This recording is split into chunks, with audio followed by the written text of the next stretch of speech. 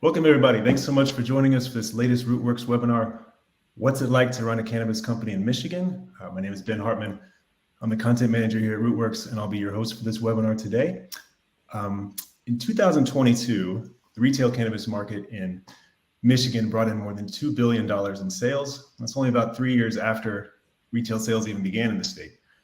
So definitely some cause for celebration, but behind those numbers, we see companies in the state are dealing with a lot of these difficulties that we're seeing in other cannabis markets, like low prices, oversupply, and just all the challenges that come with running a business that's still illegal under federal law.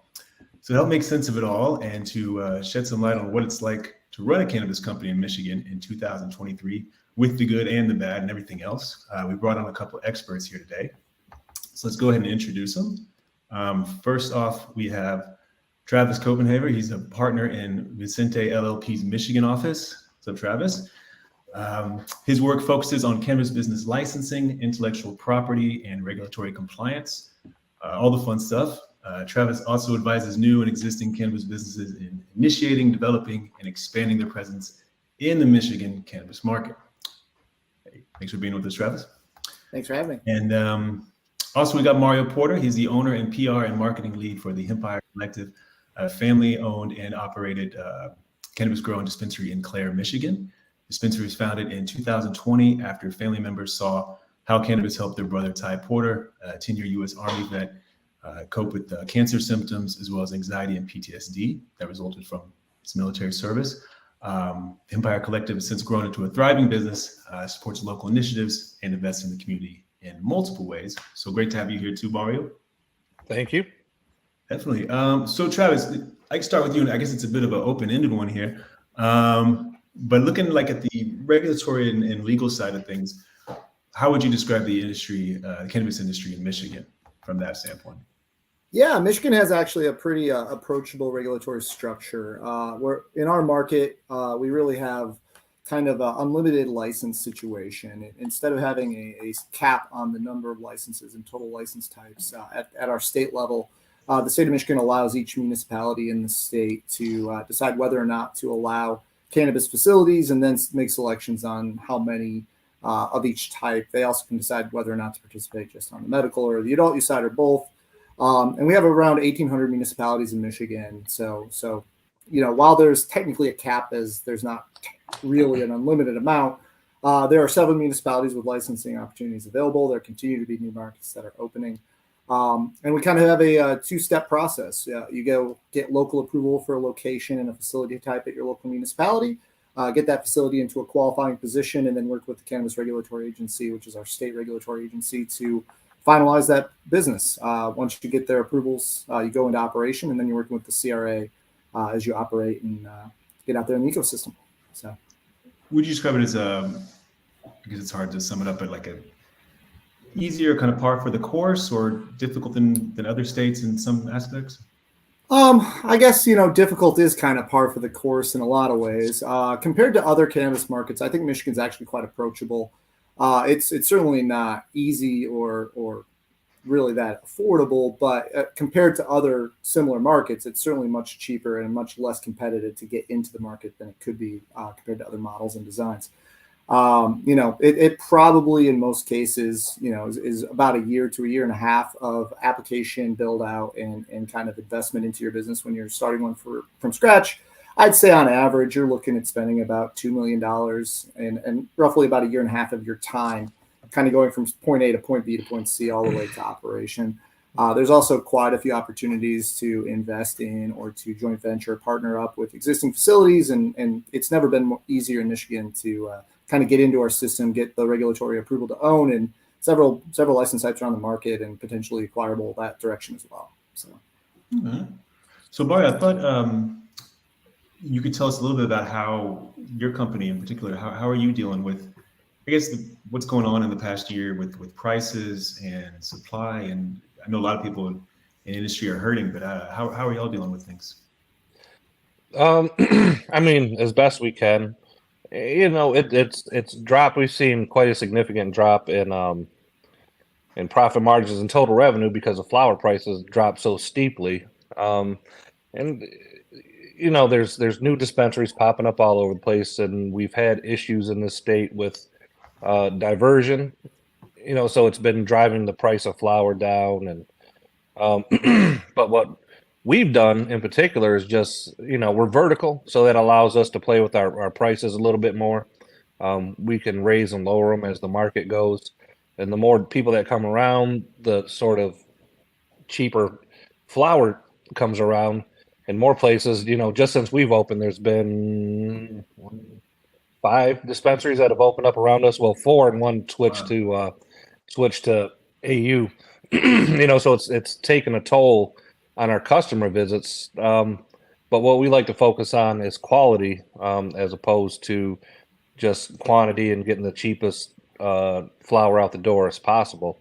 But with that, we hope that the market recognizes, or our consumer recognizes, the fact that we do have a quality product. You're going to pay a little bit more, but in the end, it's going to be worth it. We do offer lower tier options, but we like to focus on our own product, and that's what's really saving us right now, is the fact that we are vertical, and we are, we're able to manipulate our prices a little bit more. But with everything else, just like any store, we carry the same brands of edibles and concentrates everybody else does, and those pretty much have to stay fixed. So, but with that, like I said, we'd hope that the price of flowers is what is keeping us going between wholesale and retail. And You're then saying sorry. Oh, I was just the saying, price. it's like, how much has it gone down? I think you said something like 66%. I don't know if that's in the past year, but in the past 2 years, a pound would go for about 3,000. Now you're lucky if you're getting 1,000 wholesale for a pound. So it's good for the consumer. It's not good for us. Right. Yeah, certainly. And then the price drop Mario was referring to kind of has come at the end of a significant period of growth in the Michigan market, really through 2021 and 2022. There's quite a bit of expansion from the larger brands. The economy was ripping and roaring, and all until the end of 2022, we saw this significant price drop kind of hit right at the same time the economy kind of across the board started taking a bit of a dive. So it's really been the first significant economic challenge for the Michigan cannabis industry in the last several years, especially since the adult use market's kind of been up and running. So a lot of businesses that have kind of been in this since 2018, when adult use started coming online, to the present, are kind of facing that first real kind of shoring up challenge as the expectations they've had kind of leading up to this are kind of being shaken by price drops. So it's been really tough for a lot of operators in Michigan lately. Luckily, we're starting to see some signs of stabilization. We're starting to see some things start creeping back up, but there's been a lot of treading water in Michigan, specifically recently, the last few months.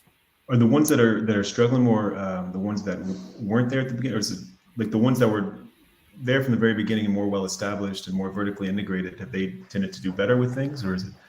In most cases, yeah. I think, folks that were lucky enough and had the foresight to kind of prepare for this are the ones that are doing better. It kind of doesn't really, your structure certainly can help. I think folks that are vertical, as Mario alluded to before, have a little bit more give on one side or the other. If you're kind of stuck just on the retail side or just on the manufacturing side, you have a little bit less flexibility to try to weather some of the challenges. So I'm seeing it impact most directly cultivators, a little bit more on processing manufacturing as well. But it's really tough. If you're just a cultivator in Michigan and your price per pound drops so significantly, there's not much you can do. A lot of downsizing, unfortunately, a lot of layoffs, and businesses have been shutting down lately. And I've seen firsthand there here in where I'm from, there was a town I mentioned up that that 5 dispensaries has popped up, and I live about 20 minutes away from where we are. But in particular, there was one dispensary that operated in town under medical for years and years and years here. And then we had, the whole thing. They opened it up to adult use, and then it was a process like it is anywhere else. It was just a crazy process. But what happened was one company came in and got 2 of the 3 available retail licenses on a lottery system. You can imagine how that happened. But as a result of that, this mom and pop medical shop had to go out of business because they just couldn't get a license. So that's how one of the ways you see these larger companies affecting the smaller companies, like even though we do operate a grow and a retail location, we're still a mom and pop shop. So we see, how these things affect, and we pay attention to what these larger companies are doing, and that's one of the things they're doing. Like this particular company, they came in, snapped up all the property in the area in the green zone, held it so that nobody else could get it. And so when they applied, it was, because one of the rules is you have to have a physical location in order to apply. So when you got these companies that have, hundreds of $1 million to come in, they put everything on contingent offer. If they get approved, then they move forward on one property or the other and drop the other ones. It just, there's a lot of that going on. It's the way the game is played, but that's not very favorable to the small guy. No, a lot of these playing field, I guess, and to some extent.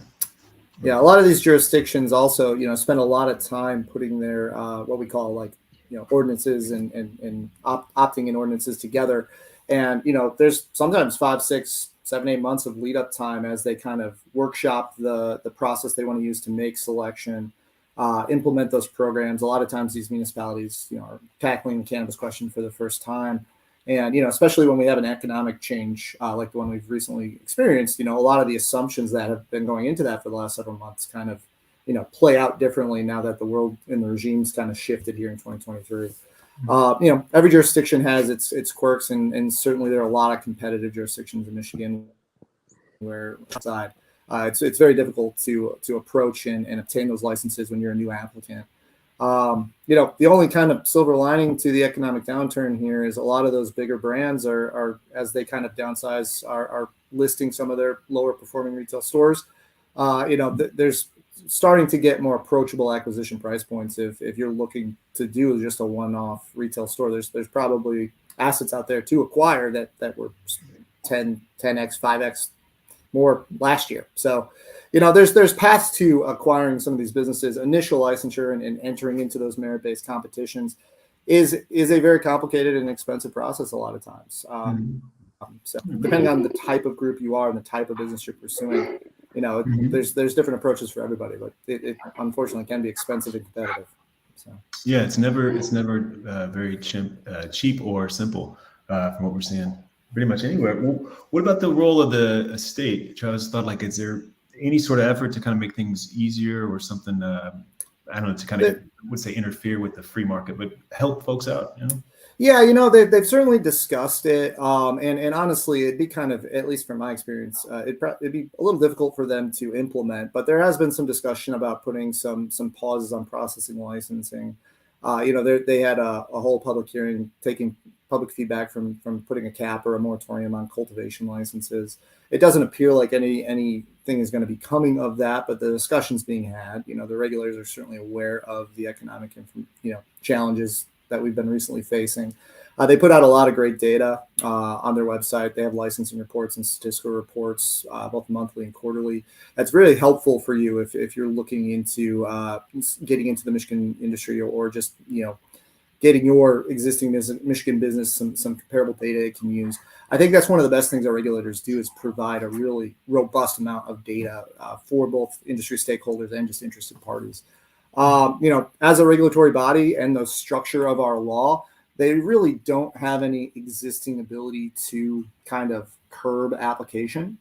As I said earlier, municipalities are the ones in Michigan, cities, townships, villages, decide whether or not to allow license types. We don't have a limit on license types at the state level. So if you're a qualifying applicant in a community, sure, from a state perspective, there might be, what some would perceive as too much cultivation or too many cultivation licenses in the system. But, that might not be the case in your local community in the jurisdiction that you've been spending 2 years getting your cultivation facility up and running. So it's a difficult question. It's certainly something that they're discussing, and they might, in the next few months here, move in that direction more as depending on how things keep playing out in the system.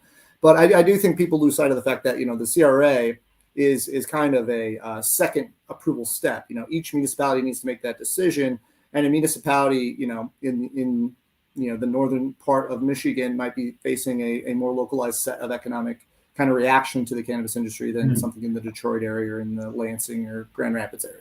So. Yeah, that was an interesting aspect of it that I was curious about. I thought, Mario, maybe you could weigh in on that. Like, how is it different? Y'all are up in Clare, Michigan, as opposed to running a cannabis business, let's say in like the Detroit area, or I don't know, Ann Arbor or somewhere down there. Is it different when you're a little bit out of the major metro area? Oh, I think you're muted there, Mario. Oh, I had to go get my dog, so they were making a lot of noise. Bring the dog. So, I can only assume what it's like to run a cannabis business in the city. I don't know. In my dreams, volume makes up for anything else, but I would imagine you have to adjust your expectations and, money in, money out. But as far as running it up in Clare, it works well for us. They call Clare the gateway to the north. So during the summer, we get a lot of tourist traffic, a lot of people going up north, coming back. It's crazy for us. But when October hits, which is the harvest time, everything sort of just falls apart. Now we'll see what happens this October coming up, because last year we lost a lot of caregivers and black market growers and stuff like that, and businesses that just couldn't weather the storm, like Travis referred to earlier. But our demographic is also much different than in the city. So our price points, typically they have to be lower because we deal with a lot of people who don't have a lot of disposable income. So they decide to come in, spend their money with us, which we're thankful for. And we try to keep prices as manageable as possible. And they're loyal. We were the first ones here. So we manage, like I said, we have to sort of adjust our expectations. Thankfully, we didn't do our projections based on, $3,000 and $4,000 pounds, which I think is part of the problem. A lot of those people got in when there was a sort of, what do they call it? The green rush. And they thought it was just going to last forever. But if you look at the Oregonian market, it's a lot of things going on there. I was reading about that are going on here right now. So, but as far as working in Clare, it just, you sort of have to temper your expectations. You have to understand the market, the time of year, and all that stuff, and what's going to come of it. It's more of a seasonal sort of. Yeah, it is for sure. But we're not doing bad in the summer or in the winter, but it's just we're doing twice as much in the summer as we are in the off season. And that's something we didn't anticipate. But now that we've been through it for a few years, we understand what to expect, and we can adjust operations accordingly. Do you have a lot of competition, like from the illegal market in that part of Michigan, or? I don't know, and I don't like to speculate. I can only focus on what's in front of me. You know what I mean? I don't see a lot of arrests going on or anything like that around us. So I don't think so, but it's always going to be there. And what's illegal anymore? 12 plants. 12 plants per person. That's a lot of weed. And that's going to hold somebody over for a long, long time, especially if they're a quality grower and they're like, well, why do I need to go to a dispensary when I just grew all this weed? I might carry them through the year, but I imagine some of that weed's got to go out. So without knowing for sure, I would say yes. The black market is affecting us, but to what degree, I can't say. Yeah. The Michigan historically, prior to our commercial licensing system, had a very successful what we call patient caregiver system. In its heyday, prior to medical licensing at the commercial level, we had almost 40,000 caregivers. Those would be the individuals that could grow for patients. That patient caregiver system is still in place, and we also now have very favorable adult use home cultivation rules as well. So, I just think the state of Michigan, and it's not even to comment on if it's legal or illegal. There are several ways that an individual can very legally in the state of Michigan cultivate product for themselves and their friends and family. And I think because we have such a foundation of that, really from 2008 to 2016, that was the only model in Michigan. A lot of folks have been doing that for a very long time, very successfully. They have their own networks, and certainly there's people seeking remuneration for doing that as well, whether they're doing it appropriately or not. I think that there's a healthy ecosystem of that in Michigan. Unfortunately, just like there are bad actors in the commercial licensing space, there's probably bad actors in the patient caregiver space. But because the priority in Michigan in 2018 kind of shifted away from criminalizing adult use cannabis, we really don't see enforcement in in folks that may or may not be staying compliant with the 12 plant sharing with friends without remuneration rules for adult use and the patient caregiver 72 plant rules for medical. So it's a pretty complicated question to really try to determine if there is even in fact any illicit behavior going on. It's kind of like brewing your own beer, really. I mean, if you start running a business and you're selling barrels of beer out your back door, then you're going to eventually run a skew of liquor licensing. But if you're just working in a small collection of friends and acquaintances and you're not really pushing the boundaries of what you're supposed to be doing there, there's no real documentation or data out there besides word of mouth as to whether or not you're even doing anything wrong. And there's not really any enforcement priority to try to seek illicit behavior or penalize you for it if you're kind of flying under the radar and doing what you're supposed to.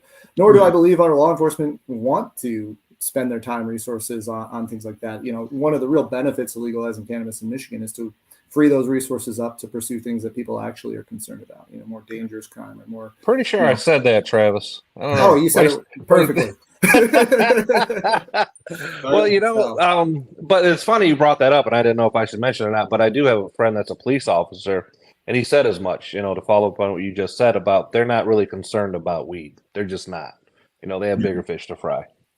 Yeah. And I imagine, like you said, Travis, as long as you're not doing it on an industrial scale, then I imagine it's not a priority. I mean, there's certainly actors out there that are just blatantly breaking the law. Yeah, I would imagine. Well, what about it's a really no. You froze up a little bit, Travis. Oh, yeah. Well, it was great, whatever it was. Well, I wanted to ask about compliance. Maybe Mara, you could weigh in on that. Like, is that how much of your daily operations do you have to devote to sorting all that stuff out? Like, I mean, compliance, runs in the background, kind of like a computer program. You might not actively be doing it, like focusing on it, but everything you do is compliance. You know what I mean? So if you're, from selling something at retail to shipping something out wholesale, there's a compliance component to everything. You're constantly checking the inventory. You're making sure your numbers match. You're, making sure people are doing the deals right, all kinds of stuff. So a significant amount of time is devoted to compliance. And when something, comes up, you have to reach out to the proper, through the proper channels, make sure that they know that and you're working on it.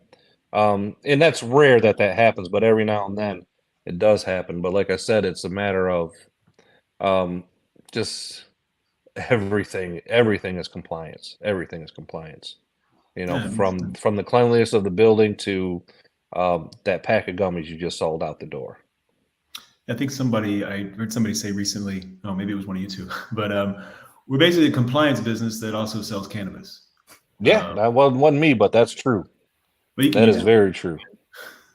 I think if you want to be successful in this industry, you should really have an operational model that's really based around understanding what your requirements are, making sure you're doing your reporting and metric correctly.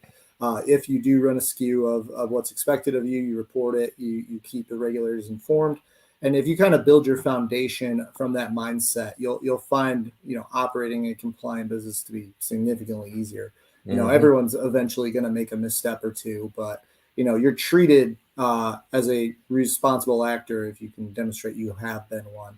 So, if you're out there thinking about starting a business in Michigan, or if you're an existing business in Michigan and you want to make it a lot easier on yourself, keep your standard operating procedures up to date. Make sure that any changes you're making to your facility, are amended and uploaded, and you're copacetic and clean. You're keeping your municipality and the CRA informed of what you're doing. If you're going to be seeking expansion or you run into some issues, talk to your professional that you're working with, someone like me or internally, to make sure that, what's expected of you. You need to, be pretty familiar with reporting requirements. You need to be running background checks on your employees. You need to keep those items up to date should any of your employees have issues. There's a lot of ways that it's really just habit forming.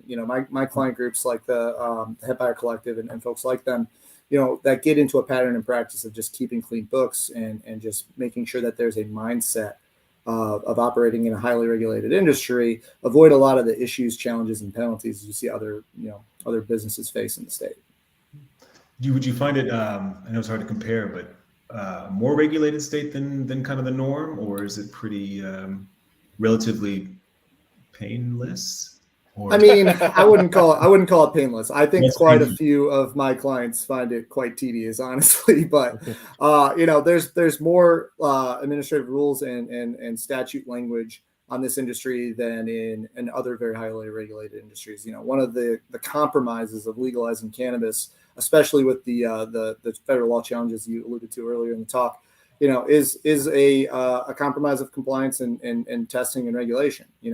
Until this industry becomes even more recognized as a legal industry across the nation, the state of Michigan's bargain with you is you have to run a clean ship. These are what's expected of you. These are your reporting requirements. If you're willing to do those things, we'll let you operate. I think, in the excitement of building this industry and the success it's seen over the last few years, it's frustrating. Like, as an advocate myself, I wish it was just selling tomatoes in your backyard too, but it's not, and it's not going to be for several years. So if you want to be legal, if you want to operate one of these businesses, you know what you're signing up for when you start pursuing this. Well, I don't know if we know what we're signing up for. We find out as we go along the way. But Travis is it does right. Change. It does. If you start out with a focus on compliance, it just sort of becomes habit. It can still be tedious, but you know what to look for, and sooner or later becomes routine. Yeah. I do find too, I work with the Cannabis Regulatory Agency often with several of my clients. And as long as you treat them with respect and work with them, they're very reasonable with you. If you start stepping out of line and treat them with disrespect, they're going to make your life a living hell. So, just understanding that this is the type of business you're in will save you a lot of pain in the long run. So I guess the point is like to not have a sort of adversarial relationship, to kind of, maybe partnership's not the right word, but to be like, hey, we're all working together here on this thing. I think, it's important to remember too, that this is, a new department. They've been operating for several years now, but, as they learn more about what the needs and requirements are from the state's perspective in this industry, they are making adjustments and training staff and learning as we go too. A lot of the challenges we face in the Michigan legal market are cases of first impression. The CRA will be confronted with a set of challenges they didn't even anticipate, and they'll have to react appropriately. And that, unfortunately, impacts license holders quite directly and frustratingly more times than not. But, if you do build up rapport, I've found that most of the personnel that I deal with the CRA, or I help my clients deal with, are willing to be helpful, reasonable, and work with you through whatever situation you're facing. Can there be situations that's the exception to that? Of course. But, trying to come from a mindset of cooperation has really proven to be the best course of action in my experience with my clients here. Yeah. Taking from Travis, it makes sense, listen to the attorney. So Mario, I think Travis hit on it some about like the startup costs in cannabis. How hard was it when you founded your company just to get up and running and, I'm sorry. What was it? What was that last part?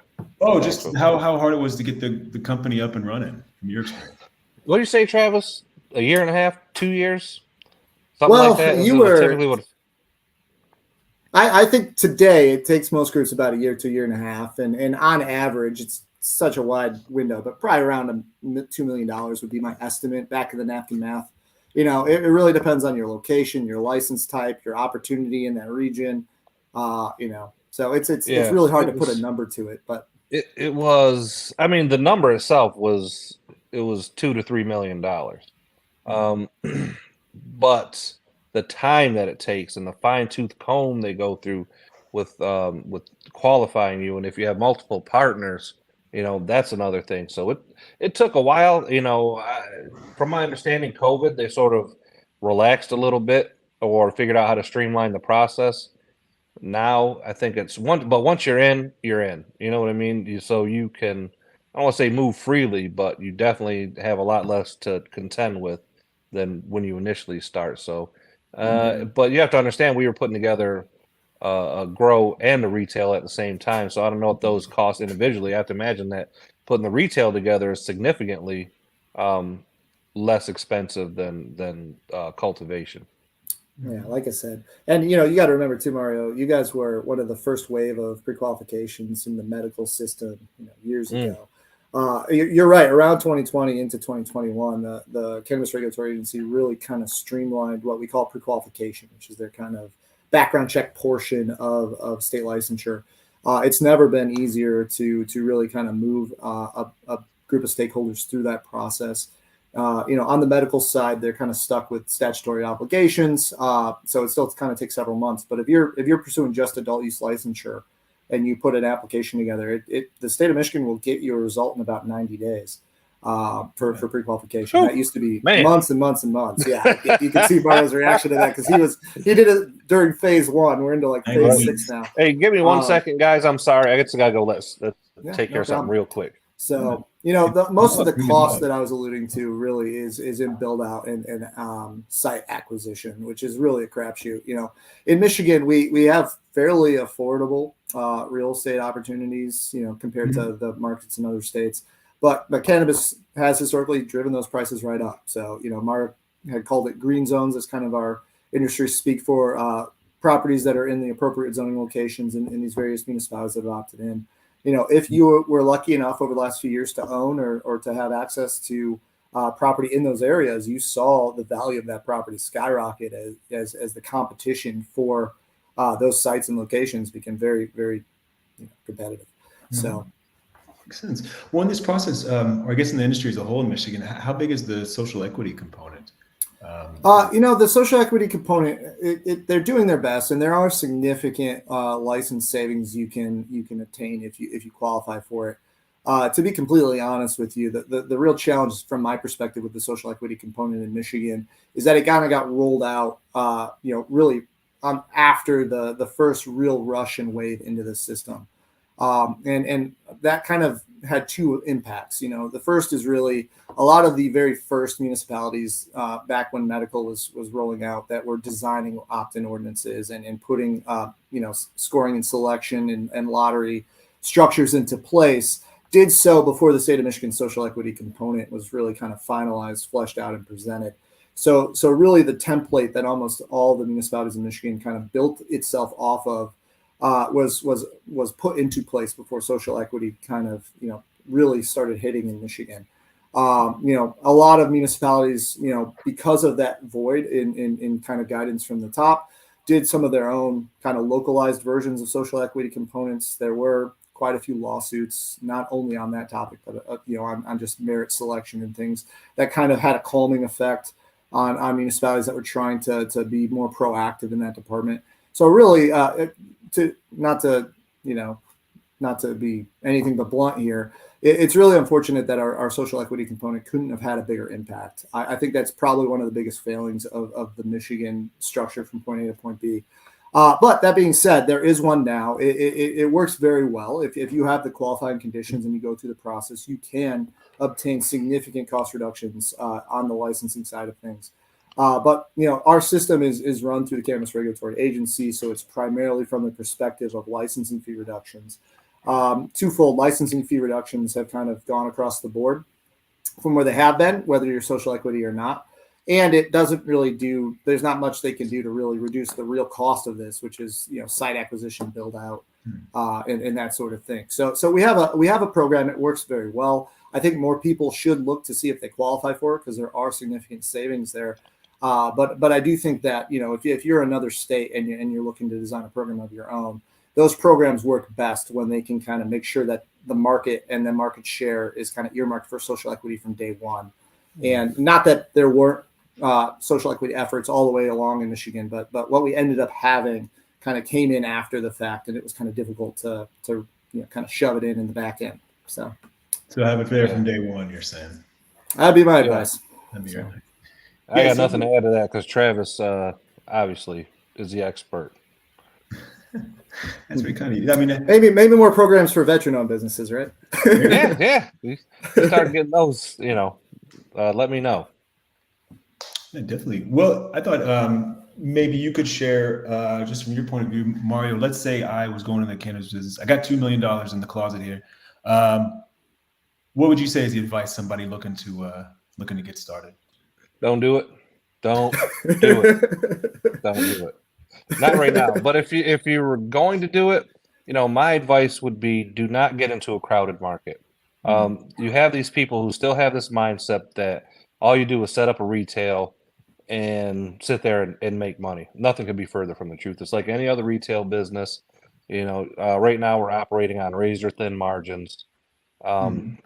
Some people not at all, because there are people out here not paying their bills right now. Big companies. So if you do business with them, they're like, okay, here's $10,000 in product. Let's, do it on net terms, so 30 days you pay me. They're not paying. So you have to operate very carefully because much as I hate to say it, this business is full of reformed criminals. By their very nature, by the very definition, a lot of people operated in the black market before they came in. So some still operate with that mindset, and it is, tough right now. It's very tough. But if you were going to get in, I would say go find a market like we did where you can be the only one, get a foothold. Don't go into a place that already has 5 dispensaries, 6 dispensaries, especially in a small town like Mount Pleasant. Or we were looking at a spot in this town called Gaylord, which is a small town. Gaylord, they have 6, 7 dispensaries, and as soon as we found that out, I was like, no, because you aren't going to make any money. If you're the first ones there and you've built a following or built some customer base, then you're good. There's not much you can do. You just hold on. But right now, my advice would be you find some place that's not saturated, that's in need, and operate it with the highest level of integrity and care and show the community some love, because without them, you're not going to be there. So that's the best way to support your business. Don't come in and treat the people like they're just there for you. You're there for them. Oh, I love it. And it seems like it's pretty like it's common sense like for any business, and then maybe people don't assume it would apply to cannabis too, but don't go somewhere where it's saturated. But that's the thing, the way it's kind of set up, and that's how we did it. It's how we wound up in Clare, is you have to kind of get in where you can get in.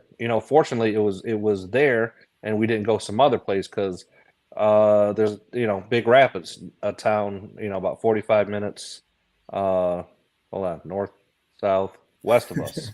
I'm not good with my cardinal directions. 45 minutes west of us, they have 13 in a town that's the size of Mount Pleasant, if you can imagine, Travis. So, and there's somebody going out of business every week there, and people think, like I said, you just get in, you set up, you make money. Nope, that is not how it works. In taxes alone, make sure you set aside money for taxes, because pretty soon you're going to be upside down treading water, or even drowning in taxes. It's brutal. So I would say it's not the market to get into, but if you're going to get into it, try to find some place that is not saturated. That's number one. Yeah. Makes sense. And it seems like it would apply to, Yeah, almost any type of retail business. Yeah, well, you would think.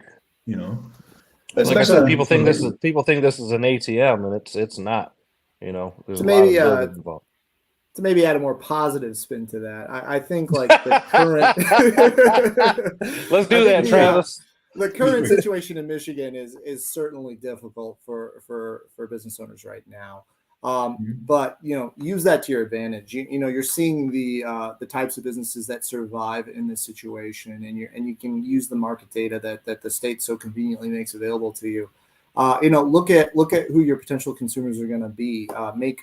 Build out your pro forma. Make reasonable financial estimates if you're thinking about doing this. Honestly, before someone should even consider hiring someone like me to help, on the legal side of things, you should really have a very strong grasp of kind of what your financial capabilities are.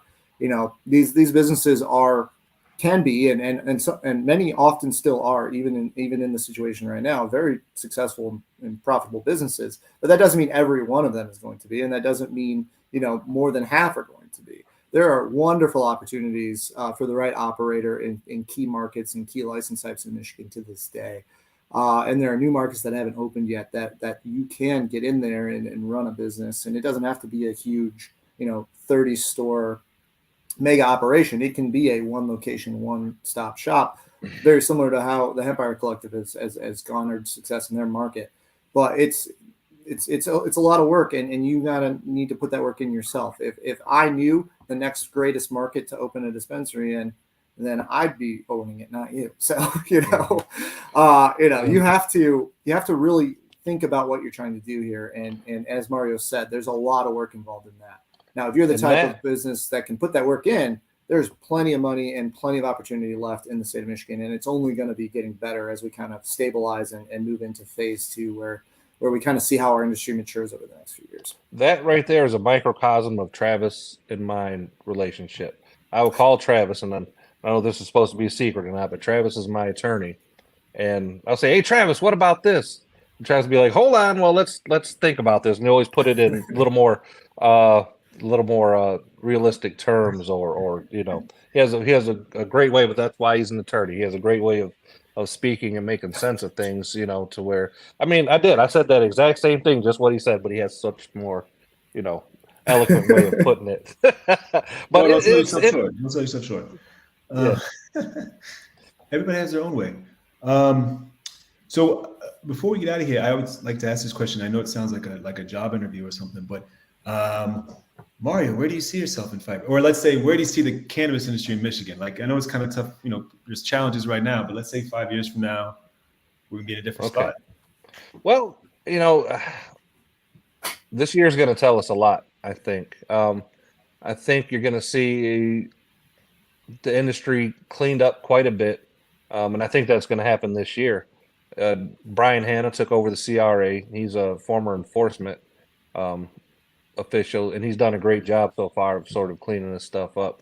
At that point, I think it's everybody who's kept their nose clean, is gonna thrive. You just have to weather a storm. It's everything we talked about. It's compliance. It's responsible business ownership. It's just it's all those things. Like you said, it's almost common sense, but you'd be surprised sometimes at the thought process of some of these people out here. And I can only hope that in 5 years, we'll have another location or two, hopefully expand our grow and keep growing. But you're never going to have, we're never going to have that explosion, I don't think. And for us, it makes sense to keep it all in front of us. I don't know how these larger companies can operate, but that's why they're larger companies. They have the resources to operate like that. Maybe one day we'll get there, but I'm content to be, a mom and pop where we can take the time to take care of, our customers. And that's such a big part for me as somebody who's personally invested in this business, because I don't know if you saw our story, but why we're there, we're compassionate. We're there for veterans. We're there for, the sick, people who need us. Of course, there's plenty of people who are just there, for the same reason everybody else is, and we're there for them too. But you never lose sight of those people. And I think if you don't lose sight of them, then you'll be okay, and we'll be here. So I see the cannabis market thriving, but I also see it reduced in some aspects. That makes sense. How about you, Travis? You said that you think you expressed a little optimism earlier, kind of like there were light at the end of the tunnel, maybe turning the corner a little bit soon. Yeah, I think over the next 5 years, we're going to see some of these Michigan businesses and Michigan brands kind of move towards what I call maturity. We've had a couple years here where everyone was just kind of getting into the system, getting their business running, kind of learning the ropes, making sure they understand what's expected of them and how to make their business profitable in the ecosystem they found themselves in. As we've had more of that, as they kind of face some of their first real challenges, and their leadership teams and operations kind of rub out the rough edges and kind of work out the kinks. I think you're going to see a lot of these brands really kind of define themselves. I'm excited to see some of these brands start pushing, flower and quality, and start looking for building kind of buzz the way that we've seen that historically occur, in our patient caregiver system, prior to all this commercial industry. I think you're going to see, some national focus on some of our stronger brands and their stronger products, kind of making a name for themselves and really positioning themselves for what will eventually be a national market and maybe even an international market. I think you're going to see it not necessarily in the same way, but kind of start looking more like a craft beer kind of ecosystem where you're going to have different brands and different price points with different kind of quality expectations, but also kind of like different user experiences and different types of products designed for different people. And as that continues to evolve in Michigan and folks kind of learn how to put those types of business models in place into our regulatory structure that we live with here in Michigan, I think you're going to see a lot of the existing brands and thrive in that as we go. We are seeing, some economic challenges currently, but, things, we're not still in a free fall. Things are kind of stabilizing. We're slowly pulling out of it. And, the businesses that have the business acumen to survive this and rebuild themselves or tread water until they're back to a point of profitability are going to be the strong businesses you want to see in the long term, operating in this space. So I like it. It's an optimistic note. It's a good way to end it. do my best. I'm convinced. So let's go and bring up y'all's details. Here's where, if you want to see more about our guests, you can check out the Vicente website. You definitely want to check out the Empire Collective website, the section, Our Story. It's got a very moving video there about the story of how they founded it, of Mario's brother and his family. So I definitely recommend you check that out. And in terms of Rootwurks, go ahead and check out our blog. We cover all types of things about the industry, compliance, legalization, you name it. And if you are looking for a compliance solution, you can also check out a demo of our learning experience platform. And see you at the next webinar. Thanks so much, everybody. All right. Thanks, Ben. Thanks. Thanks, guys. See you, Travis. Thanks, guys.